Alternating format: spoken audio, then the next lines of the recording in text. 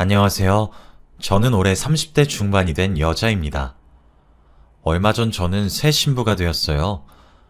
가족들이 아무도 없는 결혼식을 올리긴 했지만 괜찮았습니다. 왜 제 결혼식에 가족이 없었는지 여러분들에게 알려드리고 싶어서 이렇게 글을 써요. 세상에 믿을 사람 하나 없다는 걸 뼈저리게 느끼실 겁니다. 저는 어렸을 때부터 부모님이 안 계셨어요. 유치원 때는 아예 기억이 안 나고 초등학생 때는 어렴풋이 어머니와 아버지의 실루엣만 기억이 나죠. 그래서 부모님에 대한 기억이 전혀 없습니다. 그리고 저는 저와 10살 차이가 나는 언니가 있어요. 그래서 언니가 어렸을 때부터 저의 엄마 노릇을 해주었답니다.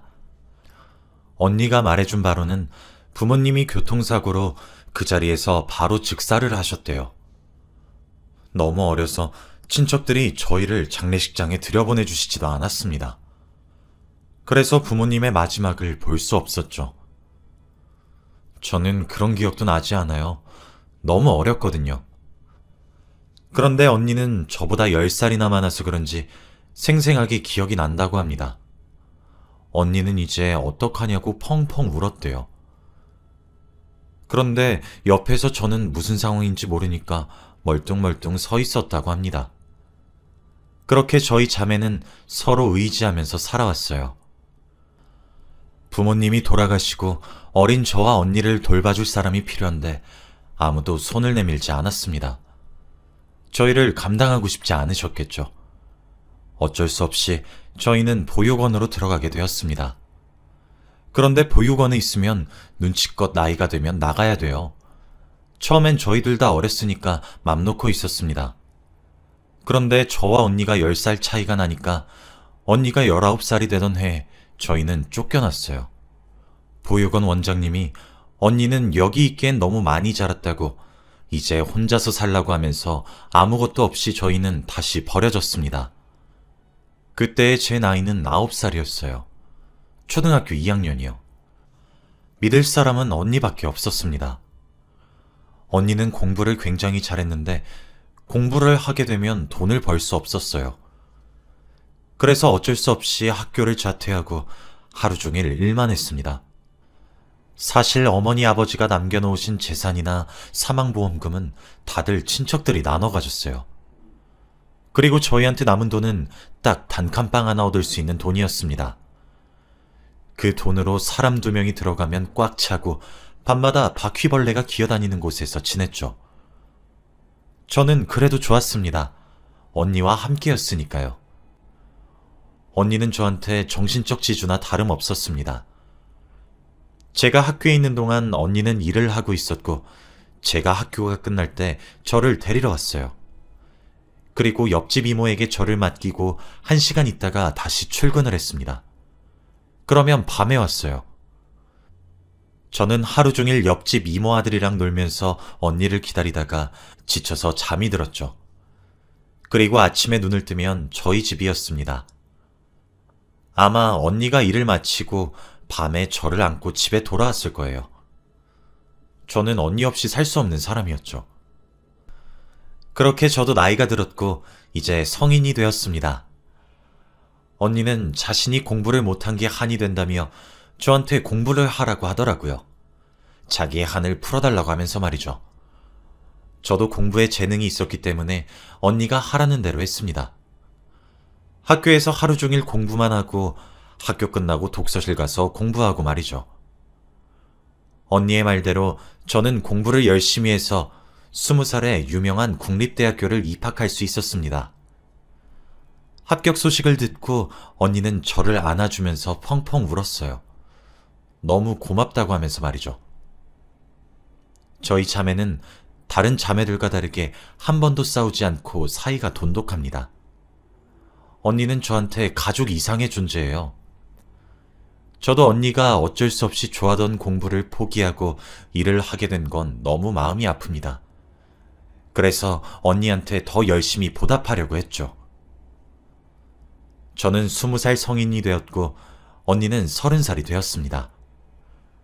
언니는 정직원이 되어서 회사를 다니고 있었고 저는 대학 생활을 하면서 아르바이트를 했죠. 그리고 연애도 시작했습니다.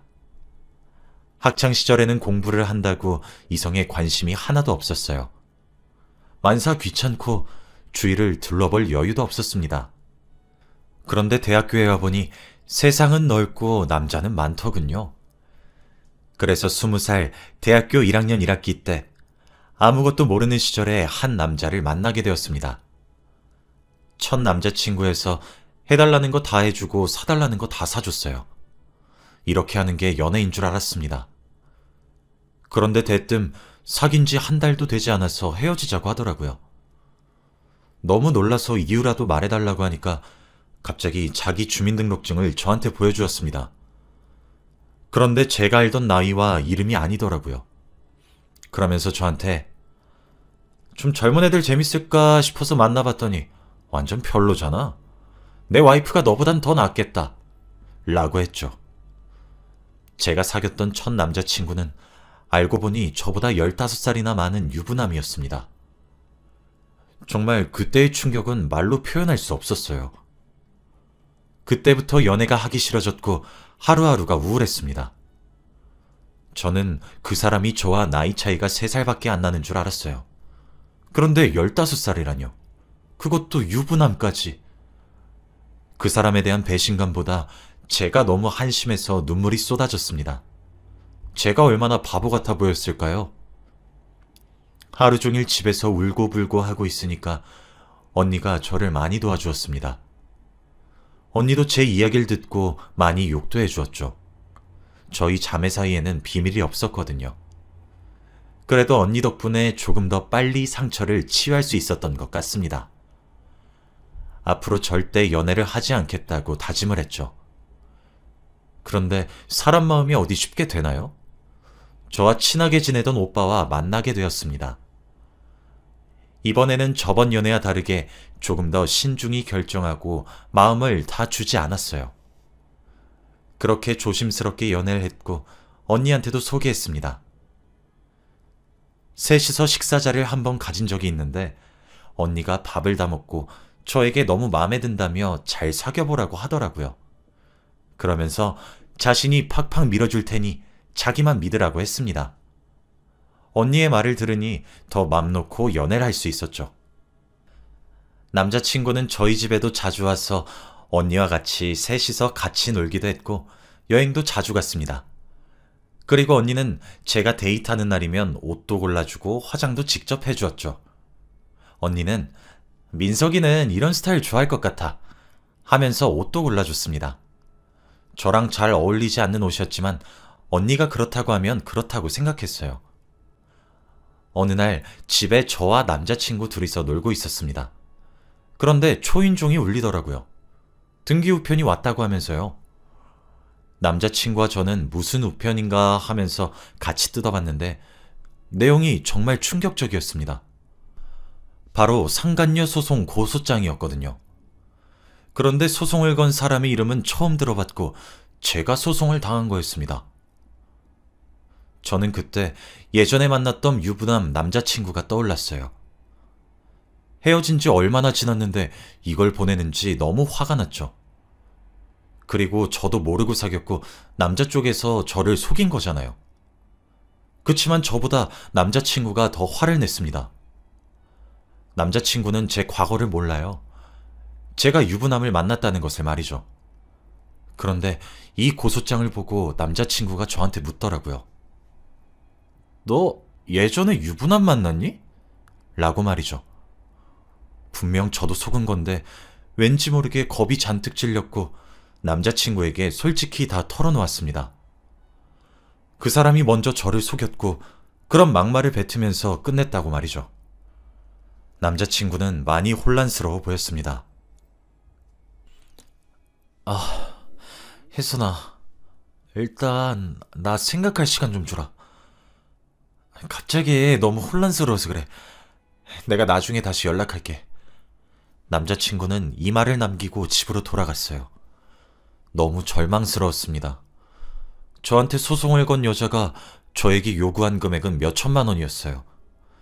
그런데 대학생인 저한테 그 큰 돈이 어디에 있습니까?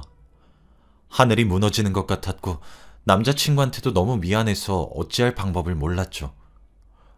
얼마 뒤 언니가 집에 돌아왔고 표정이 좋지 않은 저에게 왜 그러냐고 물어보더라고요. 저는 언니한테 고소장을 보여주고 솔직히 다 말했습니다. 그리고 남자친구가 저한테 어떻게 말했는지까지요. 언니는 저를 위로해 주었고 자신이 다 처리하겠다고 하더라고요. 그러면서 자기한테 다 맡기래요. 그런데 이번 일은 언니한테 맡기기 너무 미안했습니다. 항상 저 때문에 고생하는 게 마음에 쓰였거든요. 언니한테 괜찮다고 내가 다 알아서 하겠다고 말을 했지만 언니가 고집을 피우더라고요. 원래라면 알겠다고 할 쿨한 언니인데 말이죠. 그래서 같이 일을 처리하기로 했습니다. 저는 생각을 정리하고 저한테 고소장을 보낸 그 여자한테 연락을 했어요. 제 전남친의 와이프죠. 만나서 이야기를 하자고 하더라고요. 저는 할 말을 머릿속에 다 정리를 하고 다음날 바로 한 커피숍에서 그 여자를 만났습니다. 그 여자 입장에선 전혀 모르겠죠. 저도 속아서 자신의 남편을 만났다는 것을요. 그래서 그런지 너무 당당하게 구는 거 있죠? 저는 솔직하게 다 말했습니다. 제가 당신 남편한테 어떤 소리를 들으면서 헤어졌는지 말이죠. 그런데 이미 고소장은 보냈고 잘하면 합의금으로 돈을 벌 수 있는 상황이 있는데 그 여자가 제 말을 믿겠습니까?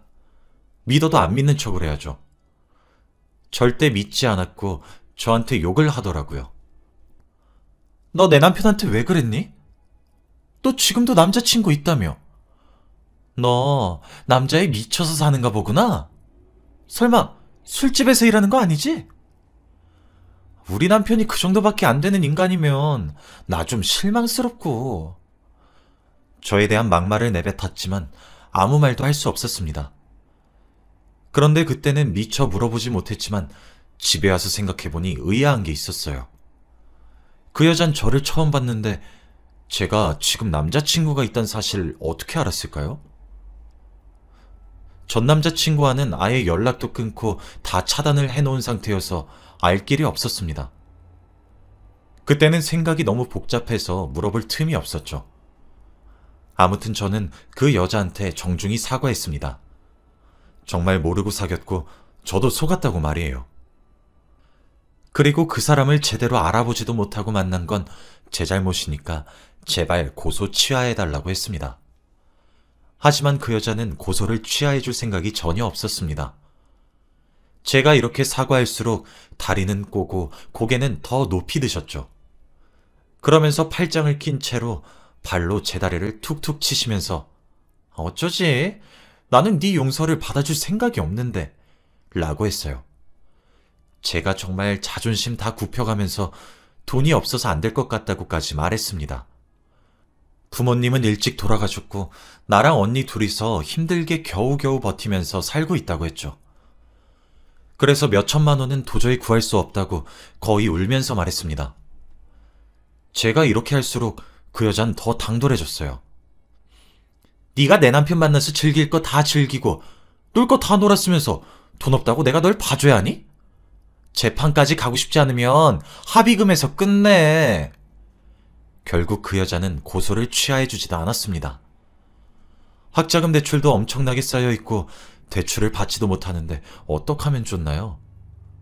너무 서럽고 억울해서 눈물이 미친 듯이 났습니다.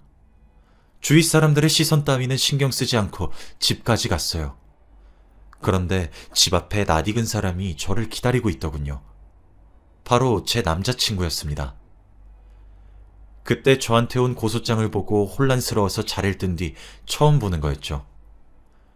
그런데 제 몰골이 말이 아니어서 그런지 저를 보자마자 저에게 와서 안아주더군요. 저는 남자친구에게 안겨서 더 오열했습니다. 지금 당장 몇 천만 원을 어떻게 구하냐고요.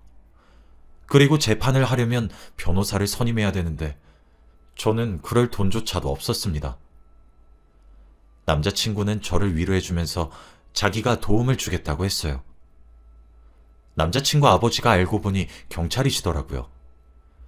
그래서 그 고소장을 토대로 셋이서 만나서 이야기도 자주 나누었습니다. 언니도 같이 가려고 했는데 언니는 요즘 바쁜지 집에 잘 안 들어오더라고요. 아무튼 저와 남자친구 아버지와 남자친구 셋이서 같이 많은 이야기를 나누었습니다. 그리고 그 여자에 대해서 조사도 했죠. 남자친구 아버지 지인들도 절 도와주셔서 주위의 수소문을 통해 그 여자에 대해서 알 수 있었죠.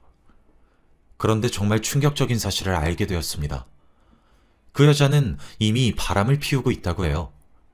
그런데 그뿐만이 아닙니다. 그 여자는 자기와 만나는 남자와 결혼을 하고 싶은데 지금은 부부 상태이니 이혼을 하기 위해서 저를 이용한 거였어요. 가족들한테 이혼 사유가 남편한테 있다고 떠넘기기 위해서 말이죠. 그러면 그 여자는 저한테 합의금도 받고 자기 남편한테 위자료도 받잖아요. 그리고 더 놀라운 건 제 과거 카톡 내용을 어떻게 알았는지 정말로 제가 전 남자친구와 대화했던 내용들을 가지고 고소했다고 합니다. 카톡 내용 같은 거나 문자 전화 내역들 같은 거 말이죠. 그리고 무엇보다 저와 전 남자친구가 있는 사진도 있었어요. 너무 충격적이었고 저를 도와주시던 경찰분들도 하나같이 말을 잃었습니다. 어떻게 이 모든 증거들을 가지고 있을 수 있나요? 다들 그 여자한테 맞고서를 하라고 했습니다. 그리고 그 전에 그 여자를 만나서 이야기를 들어보라고 했죠. 저는 돈을 벌고 이혼을 하기 위해서 저를 이용했다는 것에 화를 주체할 수 없었고 그 여자를 도저히 용서할 수 없었습니다. 저는 그 여자에게 연락을 해서 다시 만났습니다. 그 여자는 제가 알고 있다는 것을 하나도 모르고 기세등등하더라고요. 그 여자 앞에 제가 미리 복사해온 증거들을 다 내밀었습니다. 그 여자가 지금 다른 남자를 만나고 있다는 증거 사진과 그리고 그 사람과의 대화 내용을 통해서 이혼을 위해 저에게 상간녀 소송을 일부러 걸었다는 것까지 말이죠. 그 여자는 제가 가져온 것을 보고 동공이 흔들리더군요. 그러면서 갑자기 제 앞에서 무릎을 꿇었습니다. 두 손을 싹싹 빌면서 제발 자기 가족들한테는 말하지 말아달래요. 가족들은 자신을 참하고 예의 바른 며느리로 안다고 하면서 말이죠. 정말 얼척이 없었습니다. 저는 절대 그럴 생각이 없다고 했어요. 저번에 저한테 술집에서 일하느니 남자한테 미쳤느니 하면서 막말했던 건 제대로 사과하지도 않았잖아요. 그런데 제가 마음을 돌릴 생각이 전혀 없다고 말을 하니까 저한테 울면서 갑자기 저도 고소할 생각 없었다고요 라고 하는 겁니다. 갑자기 이게 무슨 말인가 싶었어요. 제가 너무 당황스러워서 그 여자를 쳐다보니 저에게 충격적인 말을 했습니다. 그 여자한테 저와 전 남자친구가 만났었을 때의 카톡 내용, 문자, 전화 내용, 그리고 사진까지 전해준 사람이 따로 있다더라고요. 그리고 그 사람이 그걸 자기한테 익명으로 보내면서 상간녀 소송을 한다면 돈을 주겠다고 했답니다. 그 여자는 상간녀 소송을 하면 돈도 벌고 자기가 지금 만나고 있는 남자와 결혼도 할 수 있으니 거절할 이유가 없었죠. 그래서 고소를 했는데 일이 이렇게까지 커질 줄은 몰랐다고 합니다. 그러면서 고소를 취할 테니 이제 그만하자고 하더라고요. 저는 배후에 누가 있다고 생각하니까 너무 소름이 돋았고 그 여자에게 누가 증거물들을 줬냐고 물었습니다. 그런데 그 사람도 익명이라서 어떤 사람인진 모르고 전화를 한 번 한 적이 있어서 전화번호는 안다고 하더라고요. 저는 당장 그 전화번호 내놓으라고 했습니다. 그 여자는 저에게 전화번호를 보여주었고 저는 그 전화번호를 보자마자 할 말을 잃었습니다. 바로 제 친언니 전화번호였거든요. 두 눈을 씻고 다시 봐도 제가 알고 있는 언니 전화번호가 맞았어요.